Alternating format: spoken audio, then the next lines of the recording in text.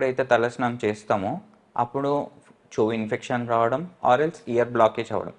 ఎప్పుడైతే తలస్నానం చేస్తారో కొందరికి ఆల్రెడీ సైనస్ ఇన్ఫెక్షన్ ఉండి ఆర్ఎల్స్ ఎన్ని నోస్ ఇన్ఫెక్షన్ ఉండి తలస్నానం చేసినప్పుడు ఏంటంటే ఇస్టేషన్ ట్యూబ్ బ్లాక్ అంటాం. ఏంటంటే నోస్కి ఇయర్కి చిన్న ట్యూబ్ ఉంటుంది, ఎవరికైతే అది బ్లాక్ అవుతుందో వాళ్ళకి ఇయర్ బ్లాక్ అవుతుంది.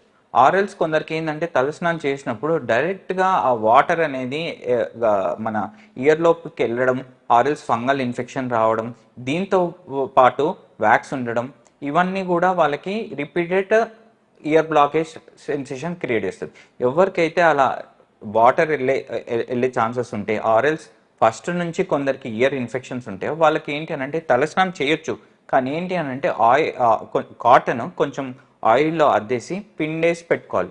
డైరెక్ట్ ఆయిల్ పోయకూడదు, కాటన్ సోక్ చేసి ఉండాలి అంతే. ఎందుకంటే కాటన్ ఆయిల్లో సోక్ చేసినప్పుడు ఆ కాటన్ వాటర్ కూడా అబ్జర్వ్ చేసుకోదు అనమాట. డైరెక్ట్ కాటన్ పెట్టుకోవడం వల్ల ఏమవుతుందంటే బయట వాటర్ కూడా అబ్జర్వ్ చేసుకొని ఆ ఇన్ఫెక్షన్ లోపల వెళ్ళే ఛాన్సెస్ ఉంటాయి.